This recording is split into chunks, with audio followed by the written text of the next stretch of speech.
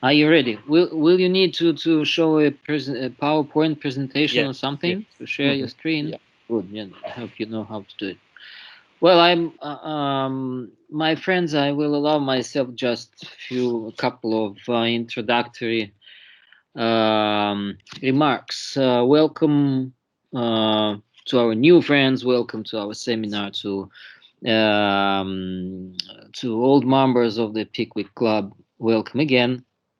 Today we have the pleasure to work with our dear colleague Драгош Настасою, who is now for a couple of years the member of our Center of Medieval Studies, and he is a multidisciplinary specialist in several aspects of medieval medieval history of Central Europe. Today, he will speak of precise subject with several implications, though, about the cult of Saint Ladislas, its symbolic actions and heraldic devices as tools of anti-royal propaganda during the 2 years political crisis in the Kingdom of Hungary in the very beginning of the 15th century. So, Dragos, I think you will better explain in details what this title and this subject means. And now, welcome. It's your turn. Thank you very much for the presentation, and thank you everybody for being here. I hope that the things that I have to present this evening are interesting enough to make you curious about. So, do you see my PowerPoint presentation? We do. Yeah. Oh, that's great. So, as Oleg said, I'm going to talk about Saint Ladislas's cult, precisely in a short moment, so 1401-1403 political crisis in the Kingdom of Hungary, and show how this cult of one of the holy kings of Hungary was utilized by those who were hostile to the ruling king, and see how other symbolic actions and how heraldry played an important role in these political struggles in the beginning of the 15th century.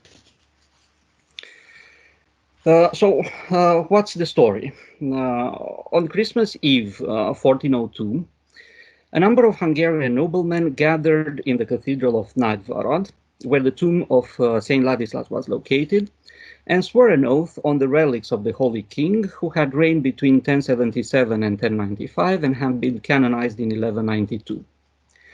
In opposition to the ruling king, Sigismund of Luxembourg, these Hungarian noblemen proclaimed their allegiance to King Ladislas of Naples, a claimant to the Hungarian throne on the basis of his Angevin lineage. By swearing oath on Saint Ladislas's relics, the conspirators united their minds around the ideal figure of the Holy King, who became thus the symbol of a political cause and the embodiment of the kingdom, which the ruling king was no longer suited to represent. The symbolic gesture took place in the midst of a 3-year political crisis that seized the Kingdom of Hungary between the spring of 1401 and the winter of 1403. This crisis was the consequence of the Hungarian barons' dissatisfaction with King Sigismund's measures, which jeopardized their wealth and political influence. By relying on both written and visual sources, today's presentation examines the utilizing by the anti-Sigismund party of important symbols that were associated with the Kingdom of Hungary. Political and spiritual alike, this included the cults, relics, and visual representations of Saint Ladislas and the other holy kings of Hungary, Stephen and Emmerich, the Hungarian Holy Crown, or the kingdom's heraldry. The two leaders of the anti-royal movement, namely Archbishop of Esztergom John Kanizsai and Palatine of Hungary Detre or Detricus Bebek, commissioned works of art which featured the images of the three holy kings of Hungary or the realm's coat of arms. Their reliance on the cults and images of the country's patron saints blended harmoniously the commissioners' personal piety with their political ambition. The propagandistic usage of the spiritual and political symbols was reinforced by their insertion into elaborated rituals and symbolic actions, such as coronations or oath-swearing on relics. They activated the link between secular and religious spheres, their performers hoping to attract the divine approval.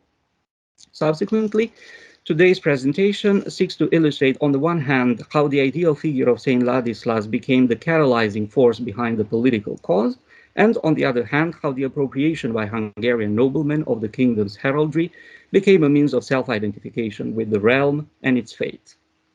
Before doing so, however, we should get briefly acquainted with the troubled political context of the early 15th century and to highlight the main events that took place during this three-year political crisis.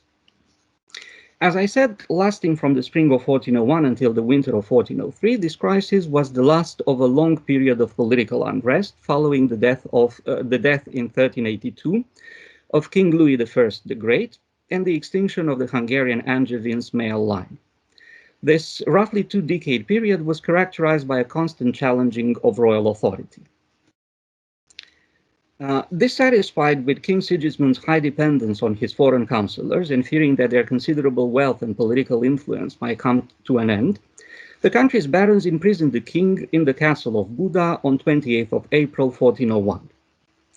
Led by Archbishop of Esztergom John Kanizsai and by Palatine Detre Bebek, the Hungarian magnates formed a council which assumed the governing of the country and carried legal transactions under the authority of the Holy Crown, regarded now as vacant.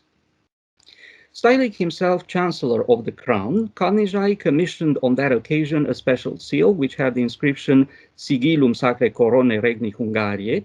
You can see its imprint here, and featured a shield decorated with the Hungarian double cross. First introduced by King Bela III during the second half of the 12th century, this heraldic symbol denoted initially royal majesty. But by the end of the 14th century, it came to symbolize the realm, regnum, as opposed to the changing person of the king, rex. Called corona regni, instead of the former corona regis, it expressed the noble commonwealth's claim to sovereignty. According to János Bak, the Hungarian magnates established an authority whose representatives were the noblemen themselves and which was above the will of the king. In this context, loyalty was owed not to the monarch's concrete person, but to the abstract concept of the Holy Crown.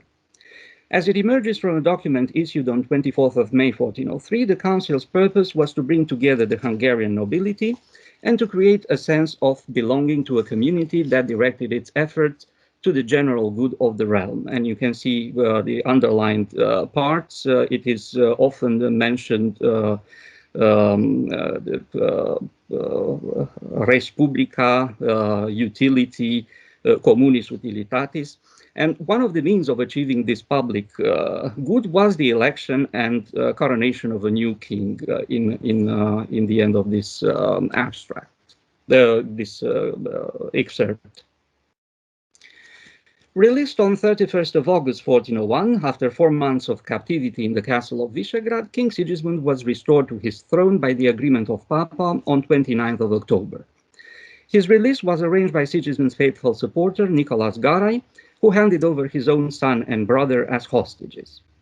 The party's temporary reconciliation was confirmed through a symbolic gesture performed by the contested king, who took a solemn oath on the relic of the life-giving wood of the Holy Cross, and committed to meet the demands of the council. And this type of oath-taking was accompanied by the placing of the hand on a sacred object, such as gospels, holy relics, or decorated crosses containing particles of the true cross, which had the function of sanctifying the ceremonial oath and of enhancing its binding nature. I should mention here that this is not the actual cross on which Sigismund took his oath, but probably on a similar object.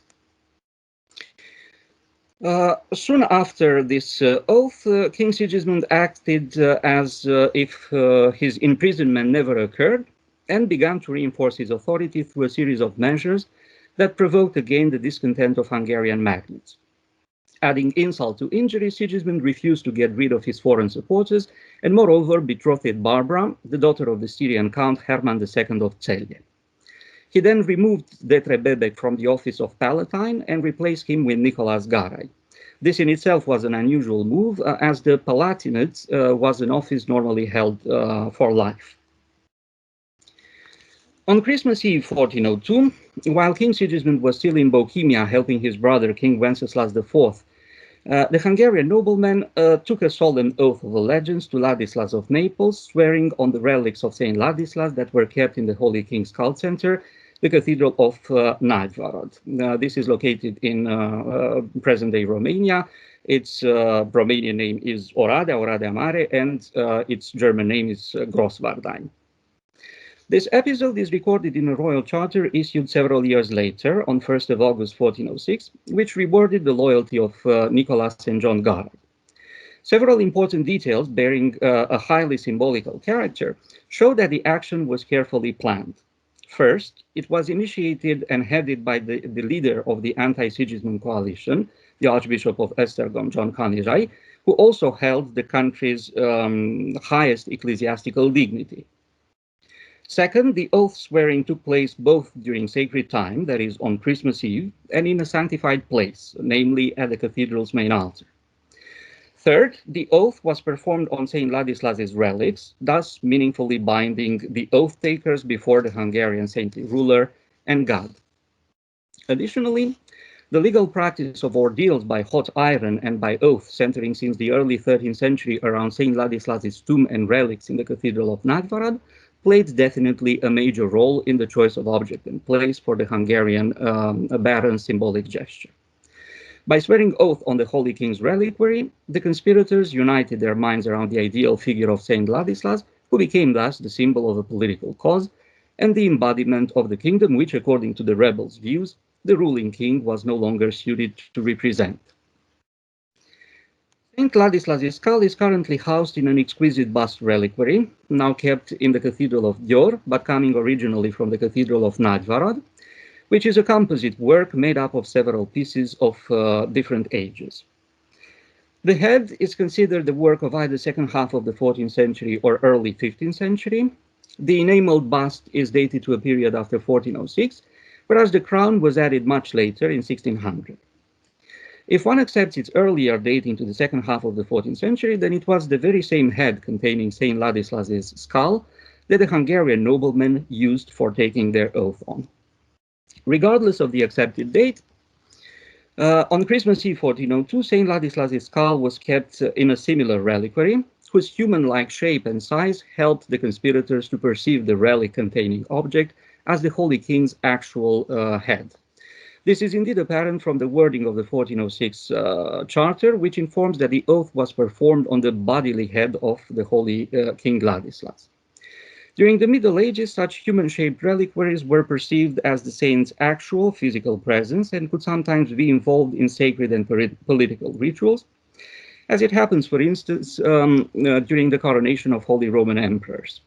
According to 15th century written accounts, the emperor-to-be was usually greeted at the city gate by Charlemagne himself in the form of his massive bust reliquary, and after having paid reverence towards this blessed predecessor, the future emperor was led in procession to the cathedral, where the actual coronation was performed under Charlemagne's consenting and legitimizing guise. Subsequently, in the conspirators' eyes, it was Saint Ladislas himself that actively participated in the religious and political ritual of oath swearing, overseeing and sanctioning it simultaneously. Upon exiting the cathedral, the conspirators were once again met by Saint Ladislas, this time together with the other two Hungarian holy kings, Stephen and Emmerich, in the form of their gilded bronze statues. Commissioned around 1370 and in 1390 by two different bishops of Nagyvarad to the sculptors Martin and George of Kolozsvár, that is, the authors of the famed equestrian of St. George's in Prague. These exquisite statues have been destroyed by the Turks in 1660, but they stood initially in a square in front of the cathedral's western passage. After having taken their oath, the anti-Sigismund conspirators left the cathedral under the scrutinizing guise of the Holy Kings of Hungary, that is, the patron saints of the country. In the early 1403, a revolt broke out, Archbishop Kanizsai and Palatine Bebek being joined by nearly all the high ecclesiastics and magnates of the country. Among them, there were the Archbishop of Kalocsa, John Szepesi, Prior of Vrana, Emmerich Bebek, that is the Palatine's own son, the bishops of Eger, Nagyvarad, Transylvania, and Győr, or the voivodes of Transylvania, Nicholas Csaki and Nicholas Mátyari. According to John of Turoc's late 15th century account, the rebels made their way throughout the kingdom, gathered publicly in large crowds, and raised the banner of Ladislas of Naples, compelling the clerical order to greet it respectfully in procession whenever the rebels reached a town.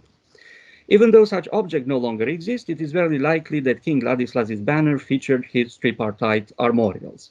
These incorporated the Hungarian red and white stripes arranged horizontally, the Angevin golden lilies on blue background with a red label of 3 points, and the golden five-fold cross of Jerusalem on white background. It is known that around 1409, during his later Italian exploits, King Ladislas adopted the motto Aut Caesar aut nihil, and had the banner demagogically inscribed as Io sono un povero re, amico degli Sacomani, amatore degli popoli e distruttore dei tirani. The closest visual analogy is a Cassone painting illustrating the conquest of Naples by Ladislas's father, King Charles III, and his confrontation in August 1381 with Duke Otto of Brunswick-Grubenhagen. This panel was most likely commissioned around 1402 by Charles's wife, Margaret of Durazzo, on the occasion of the marriage between their son Ladislas and Mary of Lusignan. The standard bearers in Charles's army carry 3 distinct heraldic banners: the king's personal tripartite armorials of the Anjou-Durazzo house, the banner with crossed keys on red background symbolizing Charles's military and political office of Gonfalonier of the church, and the Hungarian Angevins' demediated coat of arms, advocating for Charles III's own claims to the throne of Hungary. It should be said that the Neapolitan Angevins were distant relatives of the Hungarian Angevins, and Charles III, the father of Ladislas, who is a key figure in this political crisis, so Charles III lived for years, starting with 1364-65, at the court of his distant cousin, Louis the Great. And he even succeeded to be crowned King of Hungary for a couple of months, between 31st of December 1385 and 24th of February 1386. He was assassinated in February 86, but not without the knowledge of the Dowager Queen Elizabeth of Bosnia, who became regent in the name of her daughter Mary. However, despite similar... I'm so sorry for interrupting you, but there is the gray thing that doesn't allow us to see the corner of your presentation. Yeah, this one. This one. Okay. Yeah, perfect. Sorry, I didn't realize. I'm sorry for this. Thank you very much. Thank you for pointing it out. Despite similar heraldic devices that King Ladislas's supporters may have displayed during the spring of 1403, the towns and the lesser nobility remained faithful to King Sigismund. He relied on the support of his own barons, such as Stibor of Stiboric of Ostoia, Nicolas Garai, John Maroti, John Tereni, Paul Özdögé Besenyő, Jacob Lackov Santo, or Ladislas Gordovai. Their military assistance was instrumental in dispersing the rebels within weeks from the revolt's outbreak. In his attempt at opposing King Sigismund, Archbishop Kanizsai crowned Ladislas of Naples as King of Hungary, Croatia, and Dalmatia, but this proved to be too late a measure. Before 5th of August 1403, the Archbishop performed the coronation of Ladislas in St. Anastasia Cathedral in Zadar, where the Palatine Bebek, the Archbishop of Kalocha, and the bishops of Győr, Nitra, Zagreb, and Veszprém were also present. Pope Boniface IX, who supported the Hungarian barons' anti-royal actions, sent his legate, Cardinal Angelo Acciaioli, to attend the festive event. In a letter sent by Ladislas of Naples to the Venetian Doge on 5th of August 1403, the newly crowned king described vividly the overcrowded town filled with people of all categories who met his coronation with great enthusiasm and approval. He then pointed out that he received all his royal insignia in accordance with the custom of the Kingdom of Hungary, Iuxta morem regni Hungariae. This was untrue, however, as Ladislas's coronation, despite having been performed by the Archbishop of Esztergom, lacked its two other legitimizing conditions. For being considered valid, the coronation should have taken place in the royal basilica in Székesfehérvár and should have been indeed performed by the Archbishop of Esztergom, but with Saint Stephen's alleged crown, the Holy Crown of Hungary. Assembled from two pieces with different dating and provenance, this composite object was believed to have been sent by Pope Sylvester II to the first Christian king of Hungary, Stephen I. In this respect, it is a well-known fact that a predecessor of Ladislas of Naples, King Charles I of Anjou, had to be crowned 3 times until his coronation was accepted as valid by the Hungarian noblemen who contested his reign.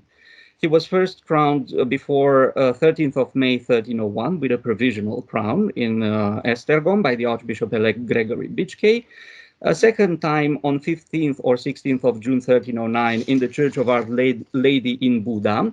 The Archbishop of Esztergom crowned Charles a second time with a new crown specifically consecrated by the papal legate. But it was only on 27th of August 1310 in Székesfehérvár when Charles managed to get hold of St. Stephen's crown, that the Archbishop of Esztergom managed to put the sacred object on the head of the Angevin king in full accordance with the customary law. Subsequently, the legitimacy of the King of Hungary was derived, among others, from the ceremonial use of this object, which was supposed to ideally connect the newly crowned king with the founder of the Christian Kingdom of Hungary. In this way, Saint Stephen sanctioned the investiture of the new king and conferred upon him a set of virtues that the Holy King himself possessed and that the new king needed for successfully ruling the country.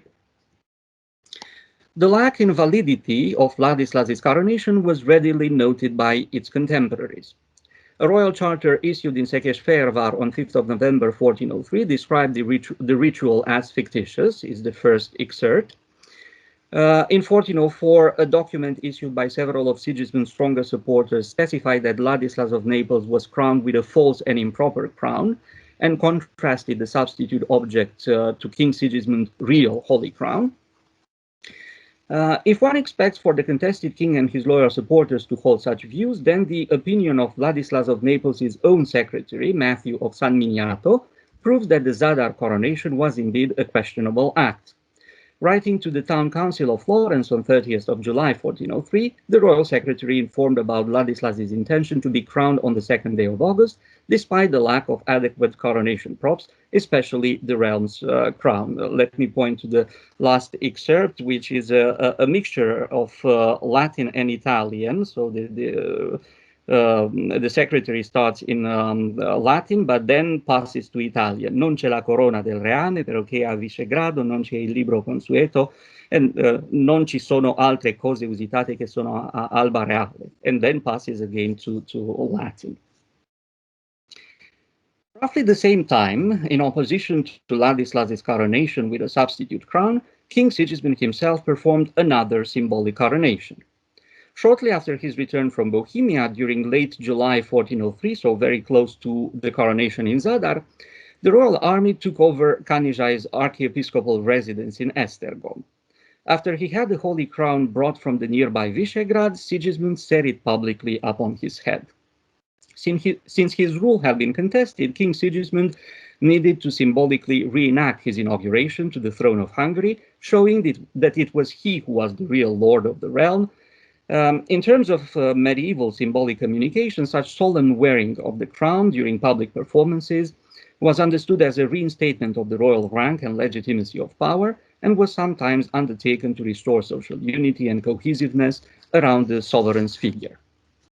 Soon after his coronation, King Ladislas returned to Naples, appointing Hrvoje Vukčić-Hrvatinić as Duke of Split and Ban of Croatia and Dalmatia, and entrusting him with the Adriatic affairs of his newly extended realm. In the following months, however, King Sigismund managed to restore the order, securing his complete victory and pacifying the whole kingdom by the spring of 1404. Subsequently, Sigismund pardoned all those who surrendered before a fixed date, promising to restore their possessions and to cancel the grants he had made in their detriment during the revolt. Detre Bebek and John Kanizai, who did not lay down their arms before the term expired, were accorded a special pardon, but some of their castles were confiscated, and Esztergom itself was taken into royal hands for some years. Even though Sigismund's authority was never fully restored in Dalmatia, the control over the province that King Ladislas exercised vicariously was not going to last either. 6 years later, in 1409, in need of money for sponsoring his war against the Republic of Florence, Ladislas sold his rights over the Kingdom of Dalmatia to the Republic of Venice for 100,000 ducats. As Saint Ladislas played a key role within this political event of the early 15th century, some background information on his cult and iconography should be provided at this point. Having reigned between 1077 and 1095, King Ladislas I was canonized in 1192 at the initiative of King Bela III, his cult centering from its outset on the holy ruler's exceptional moral virtues and physical excellence. Labeled by liturgical text as pillar of Christian militia, an invincible defender and athlete of the fatherland, Saint Ladislas soon became an ideal knight whose conduct was guided by 4 key virtues, namely veritas, providentia, humanitas, and strenuitas. In Saint Ladislas's person, physical excellence and profusion of corporeal gifts blended harmoniously with the noblesse of birth and character. These chief traits made the ideal figure of Saint Ladislas extremely appealing among Hungarian noblemen, who thus commissioned the decoration of their churches with the pictorial cycle of the Holy King and Knight. Preserved in many religious edifices across medieval Hungary, this visual narrative focuses on one of the most chivalric exploits in the Holy Knight's life, when, during a confrontation between the Hungarian and Cuman armies, Saint Ladislas rescued a beautiful Hungarian maiden from her evil pagan abductor.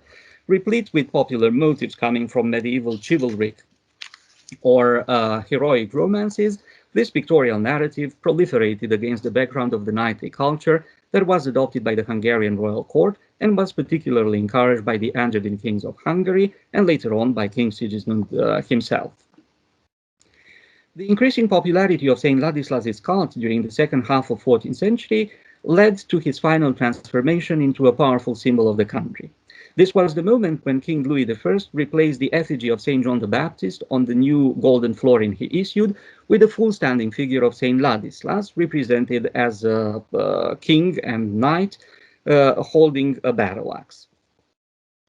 Later on, the double majestic seal of Queen Mary of Anjou, that is Louis the Great's daughter, which he used throughout her sole reign between 1382 and 1386, featured on its reverse the bust of Saint Ladislas holding his battle axe and hovering over the heraldic shield decorated with the Arpadian's 2-barred cross. In this hypostasis, Saint Ladislas was explicitly shown as the protector saint of the realm. The last decades of the 14th century witnessed as well the proliferation of iconic images showing the 3 Sancti Reges Hungariae, which were used for both personal devotional and political propagandistic purposes. This greatly popular iconography features the Arpadian royal trio, which is composed of Saint Stephen, you can see him in the center, the founder of the Christian Kingdom of Hungary, who deserved his sanctity for having ruled as a righteous king and having converted his people to Christianity, his son, Emeric, on the right side, a pious and chaste prince, who was educated to become a virtuous Christian ruler, but who died before succeeding his father to the throne, and our acquaintance, Saint Ladislas. In these images, the 3 holy kings are depicted together at the 3 ages of kingship, and they are equally invested with royal insignia, crown, scepter, and crucifer orb. And personal attributes. As you can see, Saint Emeric holds a lily or a lily-shaped scepter, an allusion to his chastity, and Saint Ladislas holds the battle axe, a symbol of his knightly bravery. Previous scholarship has shown that King Sigismund of Luxembourg manifested throughout his reign a constant support for Saint Ladislas's cult, and that his veneration for the patron saint of the country was genuine and lasting. I should point out here to the research of Teresia Kearney, Bela Sokac, who, and myself included, who pointed out that Sigismund indeed revered this holy king. Since Sigismund's devotion to Saint Ladislas exceeds the short chronological span of 1401-1403 political crisis, one may assume that the king was not so much concerned with gaining immediate political advantages, but he was rather interested in the long-term effects the promotion of the Holy King's cult may have brought about. Returning to the complicated dating of Saint Ladislas's reliquary, if one accepts the post-1406 date for the execution of the head and bust, then it was King Sigismund himself was involved in its refashioning after a fire in the early 1400s destroyed the cathedral sacristy and melted down the previous container, though it left St. Ladislas's relics unharmed. Subsequently, King Sigismund supported the cathedral's partial rebuilding in the early 15th century through confirmation of privileges and donations, and it is in one of these charters that the king entrusted his salvation to the intercession of St. Ladislas, and expressed his desire to be buried next to the Holy King's sepulchre in the Cathedral of Nagyvarad. Sigismund maintained his wish even after he became Holy Roman Emperor, a fact that serves to pinpoint the king's utmost devotion for one of Hungary's patron saints.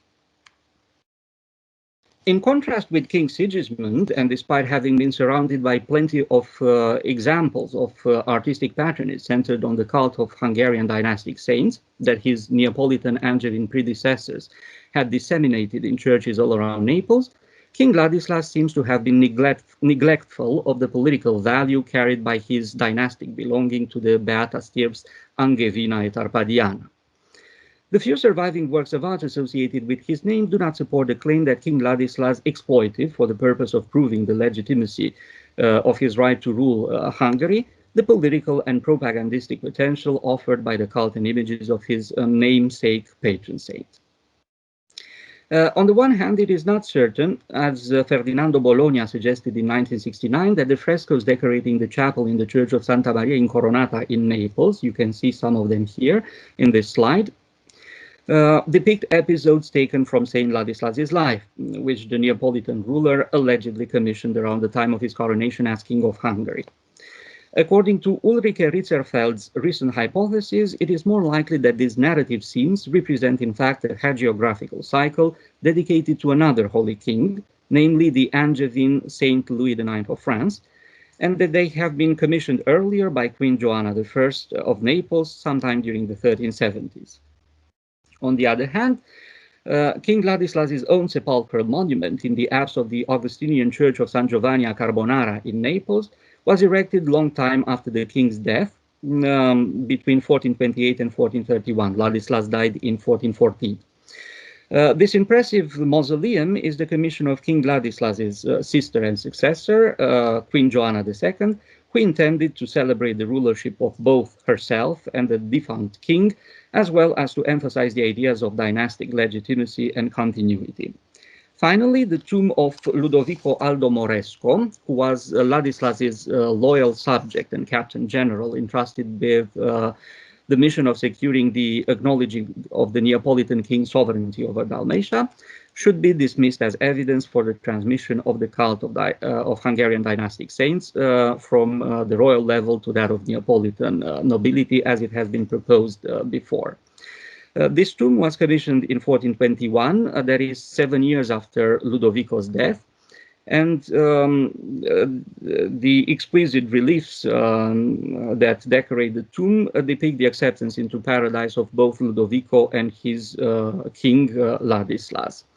Contrarily to previous opinion, the Sancti Reges Hungariae were not included in the iconographic program of this funerary monument, and the confusion lies in the fact that The inscription in Old French on this tomb identify one of the intercessor saints, the saints who introduced Ludovico to Christ in Paradise, is labeled as Saint Aimé, which was interpreted as Saint Emeric. However, it is more likely that is Saint Amatus of Nusco, who is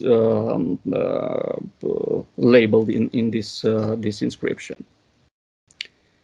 Whereas King Ladislas seems to have generally ignored the cult of his personal patron saint and holy predecessor, the Hungarian supporters of the Neapolitan ruler proved themselves very attached not only to the cult of Saint Ladislas, but also to that of Saint Stephen. Several of the high prelates involved in the anti-Sigismund coalition chose to be represented in their ecclesiastical functions precisely through the images of the two holy kings. The seal of the leader of the anti-royal movement, Archbishop Kanizsai, features within a Gothic architectural structure the enthroned Madonna with child, overlooking the standing figure of Saint Adalbert in the middle, who was the patron saint of the Esztergom Cathedral, and he is flanked by Saints Ladislas and Stephen, that is, the spiritual patrons of the country. The seal of another participant in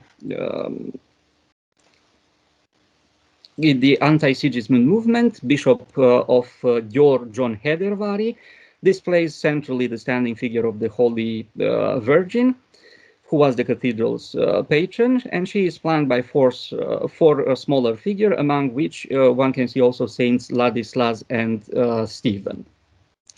One can add to these examples the seal of the Bishop of Nagyvarad, Lucas Santai, which contains in a simplified architectural structure the standing figures of Saints Ladislas and Peter, who are flanking the Holy Virgin with child. In this case, however, the choice for depicting centrally the Holy Virgin with Saint Ladislas on her right seems only natural, as the two were the actual patron saints of the Cathedral of Nagyvarad. In their self-representational function, this seal's iconography combines thus the devotional and political aspirations of the prelates, who actively participated in the conspiracy against Sigismund. One may assume that their seals have been applied to a great number of charters during the three bishops' episcopacies, and that they had circulated both inside and outside the respective dioceses, communicating their highly symbolic iconography to a very wide audience. Archbishop Kanizsai and his personal devotion towards Saint Ladislas did not cease even after his conspiracy failed and he reconciled with the king. And this is illustrated by one of the Archbishop's artistic commissions happening most likely during the summer of 1416, when Kanizsai is attested in Basel. While being there, the Archbishop ordered for the church of the former Carthusian monastery a series of stained glass windows. Having different size, the three stained glasses display the Archbishop's coat of arms on the right side, and his image as a donor praying to Saint Ladislas. The Holy King is dressed as a knight. He has his halo inscribed as Ladislaus Rex Hungariae, holds a crucifer orb, his battle axe attribute, and a red shield decorated with the Arcadian double cross. This heraldic detail reinforces the idea that Saint Ladislas was indeed revered as the patron saint of the realm. One cannot help but wonder whether Palatine Detre Bebek, as one of the heads of the anti-Sigismund coalition, or his son, Prior of Vrana, Emeric Bebek, as an active participant in the rebellion, followed or not the model set up by these ecclesiastical figures and employed in a political and propagandistic manner the images of Hungary's holy kings. 5 of the many churches where one can find representations of the Sancti Reges Hungariae were located at the turn of the 15th century on settlements that belonged to the estate of the so-called Pelshöci branch of the Bebek family. 4 of them were found in Gömör County in present-day Slovakia, All Saints Church in Krasnohorskie pod Hradiem, St. Ladislas Church in Kamenyani, Church of the Holy Virgin and St. George in Pleshivets, and Holy Trinity Church in Rakos. The 5th one, St. Andrew Church in Torna St. Andras, in the present-day Hungary, was located in the neighboring Torna County. There is not enough time to deal in detail with this mural style and iconography and state of preservation, but it should be noted that all 5 were executed roughly the same period, coinciding with the troubled time of political crisis. The late 14th century for Krasnohorske Podradie, the 1390s for Kameniani, Rakoš, and Tornas and Ondraž, and around 1400 for Plešivec. Additionally, the iconographic program of the nave's northern wall in Rakoš included also the representation of Saint Ladislas's legend. A similar situation is encountered in the church in Remeta, present-day Romania, whose sanctuary and nave were likewise decorated around 1400 with the image of the Sancti Reges Hungariae and Saint Ladislas's legend, respectively. The presence of both types of images in the general iconographic program of a single church is indicative of the great veneration the cult of Saint Ladislas has received at the turn of the 15th century. In Remeta, the emphasis on the cult of Hungarian holy rulers finds its motivation not only in the settlement location in the proximity of Nagyvarad, but also in the settlement's ownership. Starting with 1318 and until around the mid-15th century, the settlement in Remeta was part of the estate of the bishops of Nagyvarad. They were the main promoters of the Holy King's cult, whereas Bishop Lucas Santoi himself was an active participant in the anti-Sigismund rebellion. Throughout the second half of the 14th century, some of the members of the Bebek family held high dignities and offices, which allowed them to play an important political role in the kingdom, as well as to accumulate an impressive wealth. Detre Bebek himself started his career as the Queen's steward in 1379.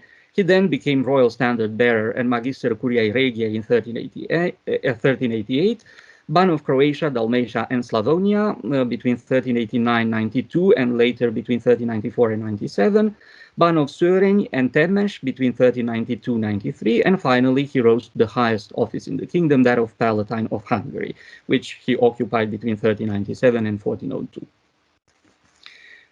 In 1396, the Pelsuti Bebeks alone owned 7 castles, 4 of them being situated in Gömör County in the proximity of the churches that I showed earlier. Their main residence was in the town of Plešivec, an important link between the commercial roads of Buda and Košice to Poland. It was in this town that their main family church was located, and during the 14th century, this church was decorated with exquisite murals bearing the imprint of the so-called Italian Trecento style. As attested by the formal qualities of these frescoes, the artistic patronage of the Pelsuti Bebeks extended during the same period also to other churches, those that I showed before being included in this category. Judging by their naming practices throughout the 14th and first half of the 15th century, it is not surprising that the Holy Kings of Hungary were depicted in so many of their churches, as the members of the Bebek family were often named Ladislas 6 times, Stephen and Emmerich each three occurrences. The Bebek's close personal link with their spiritual patron is clearly expressed visually in the murals of the church in Rakoš. Here, Hungary's Holy Kings are depicted on the lower register of the sanctuary southern wall, that is, in the immediate vicinity, where one may suppose that the church's patrons were usually attending the religious service. Even though the dedication of the church in Kameniani occurs first in written sources only in the 17th century, it is very likely that its dedication to Saint Ladislas dates back to an earlier period, indicating thus the Bebek's special veneration for Saint Ladislas. However, besides the Bebek's personal motivation in venerating and depicting the Hungarian royal saints in their churches, one can assume a political and ideological reasoning also. Placed on the outer wall of their main family church, on the sanctuary southern wall, the image of the 3 Sancti Reges Hungariae in Plešivec obviously did not fulfill an immediate liturgical function. Currently poorly preserved, this image enjoyed a high degree of visibility, being accessible to everybody who happened to be in the town square, and it was probably intended to satisfy its commissioner's need for self-representation. The Bebek's self-identification with and self-representation through other important symbols of the realm was made manifest also after the middle of the 14th century by the repeated usage of the two-barred cross in their coat of arms. You can see the cross on these depictions of tomb slabs. Still kept inside the Gothic chapel of that the Pelshezi Bebeks added around 1400 on the northern side of their family church in Plešivec, the tombstone of Ladislas Bebek displays a shield decorated with a double cross surmounted by a tuft of feathers. Its helmet with torso has on top a crest featuring the heraldic symbol of the Akos kindred, namely a crowned female head surrounded by two fishes coming out of her mouth. A variant of this coat of arms appears also on Detre Bebek's own seal as Palatine of Hungary, the prominent Melusine-like coat of arms of the Akos kindred being flanked this time by two smaller shields, each of them decorated with a double cross symbolizing the realm. The incorporation of the country's symbol into their family's heraldry signified that the Bebeks identified themselves strongly with the realm, whose proud and wealthy noblemen they were. By appropriating this heraldic element, the Bebeks asserted their self-importance and expressed the conviction that their family was meant to play a significant and decisive part on their country's political stage.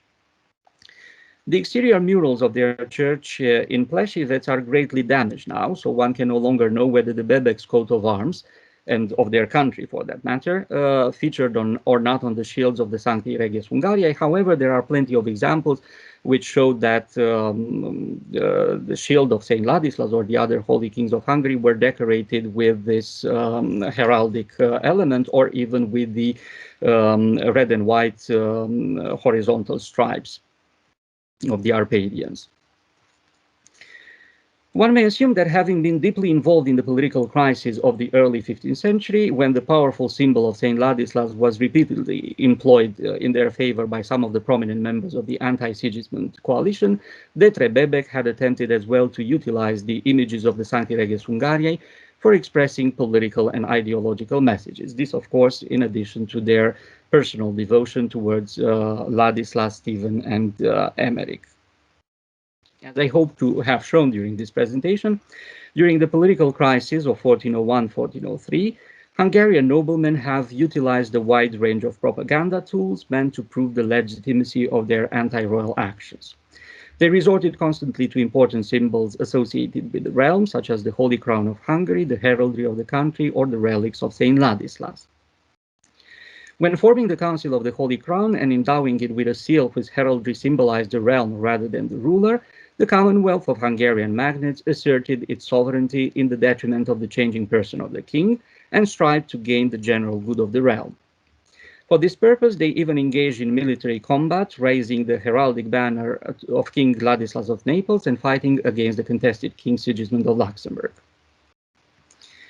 The two leaders of the anti-Sigismund coalition, Archbishop John Kanizsai and Palatine Detre Bebek, relied with consistency on the cults and images of Saint Ladislas and the other Hungarian holy kings for expressing political and propagandistic messages. They made often use of the realm's heraldry for either political or self-representational purposes. The propagandistic usage of all these heraldic, political, and spiritual symbols was reinforced by their insertion into elaborated rituals and symbolic actions, such as coronations and oath swearing on relics.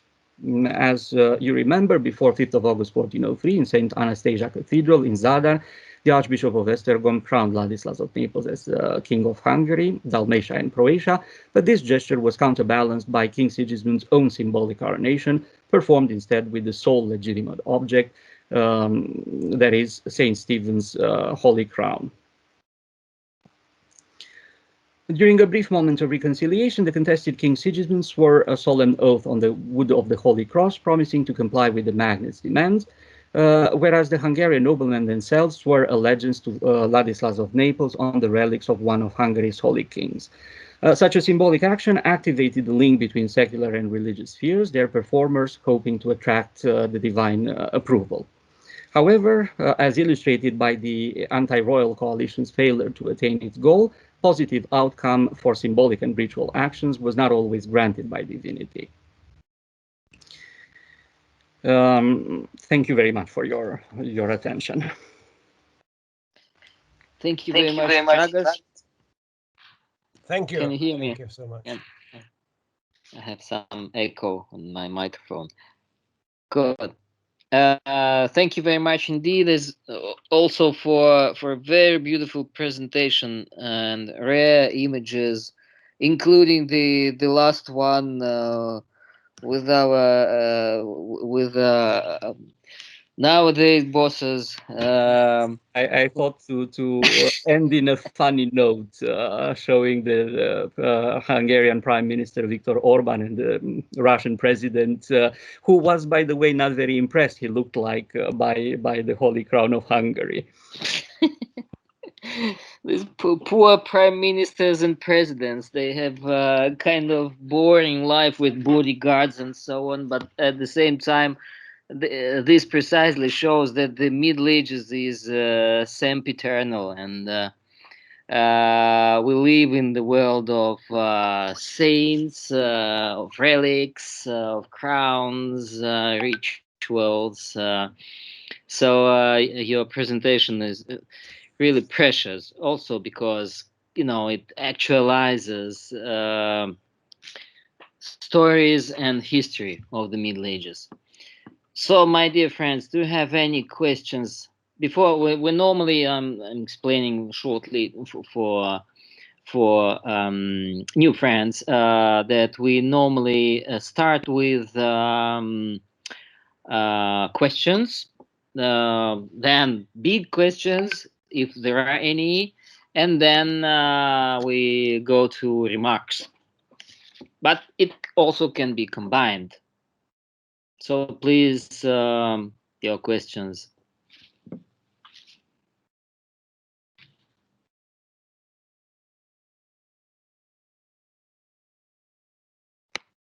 Let me see how many we are. You can, I think you can use the chat also, or just start your microphone and put your questions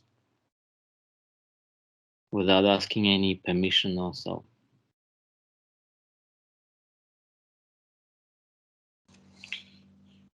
Yeah. So just to use the opportunity before somebody asks an actual questions, I just wanted to greet this meeting from Zagreb. My name is Željko Heimer.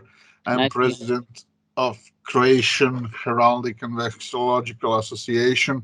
I'm also president of the Fédération Internationale des Associations Vexillologiques. Pardon my French. So I stumbled upon this invitation to this meeting on Facebook a few days ago, and it seemed interesting, and I'm glad it was good. I made a good choice to join and to listen to Dragos. It was excellent presentation. My congratulations. Thank and you I'm looking forward to new presentations that you might have. So thank you very much. We will push him, we will push him to make more presentations. Yeah, sure. Because they are so brilliant and beautiful again. Yeah. Thank you. Any other questions? Let me ask something. Can you hear me? Yeah. Yes, we do. So Dragos, very, very well done. It was a very good summary of this very complicated few years. My question concerns the reliquary of Ladislas at Nagyvárad. What do you think of the theory or the idea that claims that the fire was not an accident? That somehow the old reliquary got destroyed in a fire because it somehow got contaminated in Christmas of 1402 when the rebels made an oath. And so it somehow had to be redone to give it a new life, a clean life. What do you think of this idea? I have to confess that I didn't come across of this theory, so I wasn't aware of such issue. Well, I think one author who wrote about this is Scott Montgomery, who actually claims that this whole story about the fire was not even true, and it was just made up to present the reliquary as new after this very unfortunate incident in 1402. You think that there might be some connection or some truth to this idea? I don't know what to say. I introduced here this debated dating of the reliquary. I personally incline to favor the later dating of the head and the bust. I don't favor particularly this earlier dating of the head in the second half of the 14th century. For me, Scott Montgomery's hypothesis is not convincing. So I don't know in what extent the fire was accidental or not, but I would say that the reliquary, stylistically, probably it's a later work. So I'm not sure how to place it within this. Because in fact I'm not aware that we actually have written sources which might indicate that it was an intentional fire which set the sacristy of the cathedral. So this is only one historian, only one art historian's interpretation, and we should confront it with the actual documents. From what I know, there isn't any claim in the medieval documents that something suspicious may have occurred in the beginning of the 15th century. Thank you. I don't know. More questions? Well, I would like to ask Dragos, what do you think of the role of violence in the iconography of Saint Ladislas, in his whole cult and in his image? Do you think that it's something normal to have such a violent saint, or was it rather exceptional? I didn't understand the role of Violence. Violence. Of violence. Violence both in the military action, in the so-called legend, in the narrative cycle, and also in the symbol, in the battle axe, which was not used to decapitate himself, but which was used by him to attack others. Well, of course, Saint Ladislas as a violent saint is not an exceptional figure. Violence appears all the time in pictorial, in hagiographical cycles of saints, and we have examples of various martyrs who have, for instance, Saint Catherine of Alexandria or Saint Margaret, who suffer violent and excruciating torture. So violence is present indeed in, and from this point of view, Saint Ladislas is not or the pictorial cycle is not an exceptional case. However, this representation of a confrontation, it appears in other pictorial cycles as well.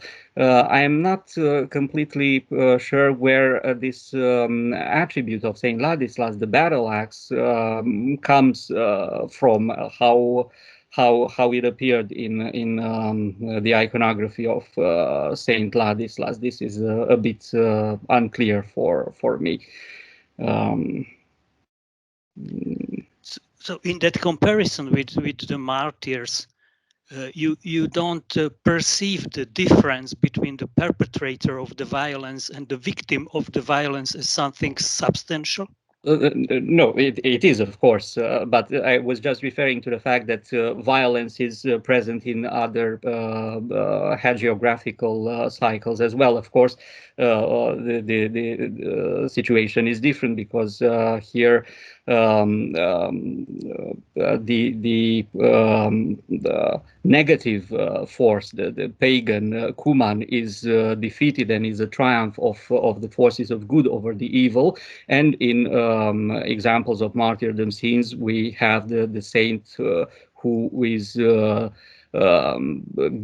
defeated in a certain way, because actually he is gaining his place among other saints in martyrdom. I was just referring to the role of violence in these pictorial narratives. Just one more remark to be more specific. In normal hagiographic legends, you have a decapitation of the saint. Here, you have a decapitation of the Comenian assisted by the saint. So is it an exception or not? I'm not aware of other examples like this. So probably it is an exception. I am not able to give you a concrete answer. I will have to look it up. Thank you. I see that Gabor Planica has a question. Gabor, very happy to see you again, because Gabor came to us to visit us. I think it was in the age before the plagues. You were one of our last visitors. Yes. Just two little notes.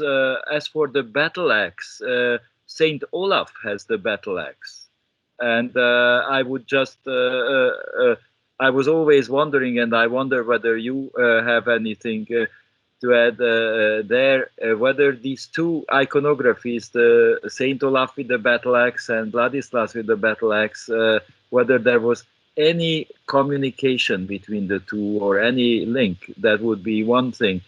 And that's, I agree with Ivan, Gerard, that this is quite exceptional, that the saint is assisting a decapitation of the enemy, but the battle saints in battles are of course there, and there are various images where the saint is participating in violent action. So one thing which comes to my mind is Saint Edmund killing with a lance Swain, and this is also in the iconography. And of course, Saint George, is there very amply, but also Saint James, the Matamoros in Spain, pulling down walls of the besieged castles. So there might be other examples, but as for the real duel scene, it is really, I think, quite exceptional for Ladislas. Thank you, and thank you for pointing out the similarity of Saint Ladislas with Saint Olaf. Indeed, the two holy kings, the Scandinavian and the Hungarian, they have the same attribute. And there are actually many parallels which can be established between these peripheries of Central Europe and of Scandinavia. I remember actually your discussion about the grouping of the Holy Kings, Scandinavian and Hungarian, which occurs pretty much roughly at the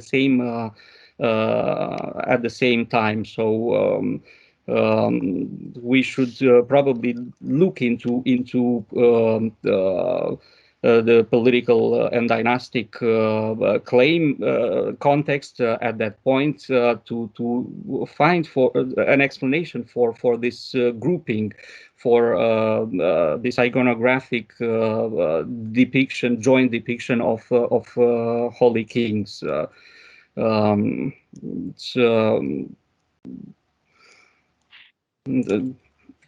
Just thanking you very much for this suggestion to consider also Saint Olaf and the Scandinavian Holy Kings. Thank you. Other questions? I can't really see Russian participants. Are there any? On my screen, I feel like being somewhere between Croatia and Vienna and Budapest. I feel well. I was very much, I myself, if I may, was very much impressed by not only by the range of monuments you showed, Dragos, but also by the geographical largeness of them. And when we quoted Turci, I remembered that we read like a dozen of pages of this chronicler when we were students. It was in 90s, somewhere like 25 years ago. And I was impressed by the level of his Latin, which, in my impression, remains one of the most beautiful Latin chroniclers for the whole Middle Ages and Renaissance. Probably because I was reading him just after Einhard,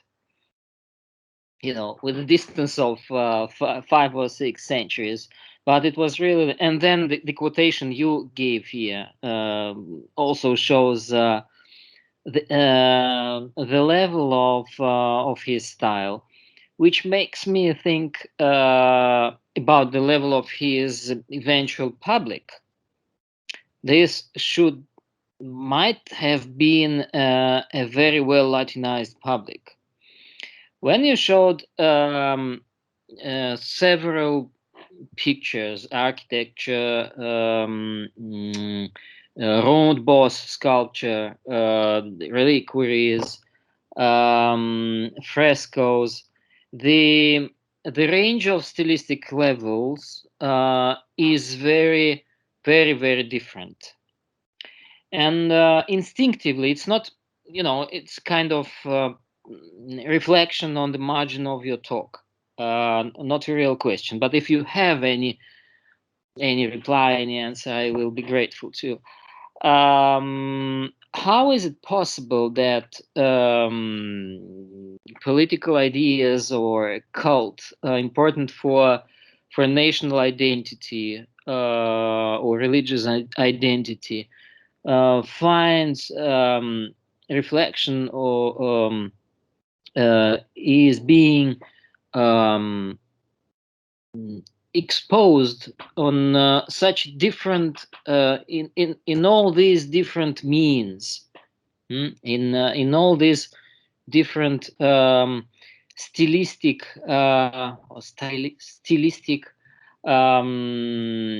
levels?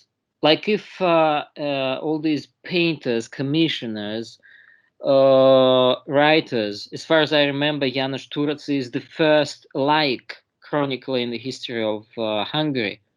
If I'm not mistaken, I'm not at all a specialist in Hungarian history, but was he really the first laik chronicler, or there were any before?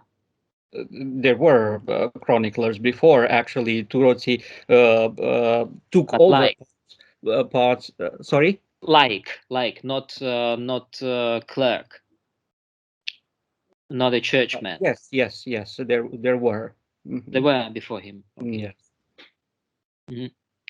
Well, I hope you understand my reflection. It's more a reflection than a question. It's of course, I thank you for this. It's a food for thought and a very complex issue. Hungary during the Middle Ages, though located on a periphery of Latin Europe, was pretty much a part of Latin culture, and it's not surprising that we have such a good level of Latin, as you pointed out. It was part of this Latin civilization pretty much, and people went abroad and studied at important university. I'm not sure about Turoti where he studied, but we have examples of people going to Italy, to Bologna and studying there, or to Vienna. So they were part of major cultural currents. Now, concerning the stylistic variety, these frescoes that I showed, actually, they are poorly preserved now, and only a trained art of an art historian can detect that they were of a very good quality. The frescoes in Plessis that I showed, they are part of a stylistic current, the so-called Italian Trecento. Which is present throughout Hungary. We have examples in present-day Romania, in Transylvania, in Slovakia, the examples that I showed. So obviously, not only culturally, but also artistically, Hungary was connected with important centers of Central Europe and Western Europe. And but there is a certain stylistic diversity during this period, because roughly the same time, or even the same time with this Italian Trecento frescoes that we also have a strong international Gothic style, which is present, and it's a stylistic dichotomy, is a certain pendulation between various stylistic options that were present at various courts and in various cultural centers of Central Europe. But it's indeed a very, very complex issue. But what I want to point out is that despite its location at this is a topos generally about the medieval kingdom of Hungary that is located at the periphery of Latin Christendom. Despite this fact, it was very well connected to cultural and artistic trends present in other places. So I don't know whether my comment satisfies you, your curiosity. It does. Good. Are there any new comments or questions?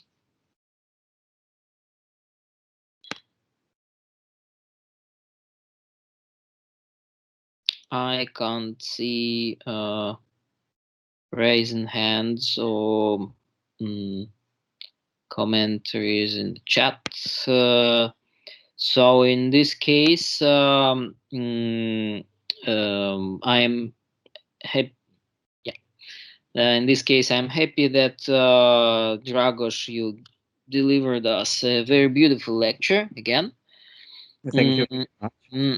It's very, very well structured in a very clear English, and with very precise indications on the pictures, well shown, well chosen. So thank you very much indeed. I'm a bit sorry, I'm being a bit professor, but it's not about giving you a mark, just to express my pleasure of your talk. I'm also happy that you how would I say it in English? You attracted to our seminar, all your friends from Zagreb, Bratislava. Gabor, are you in Vienna or in Budapest, or where are you? Currently, I am in Budapest. In Budapest, yes. So because of the lockdowns, I'm at home. Budapest. Good, good. I'm happy though. So we have, your region here with us, and we're very happy about it. So thank you very, very much once again, and I hope that we will be able to meet, three-dimensionally in. Not in the far future, but hopefully before the end of this year. Well, it's even difficult for those who live in Moscow to see each other because we haven't seen each other in a long time in person. Yes, it's easier to meet in Zoom or this communication instruments, but it also has its advantages, that we are here and can assist to an important step in Dragos's career. Good. Thank you again to all of you, and hope to see you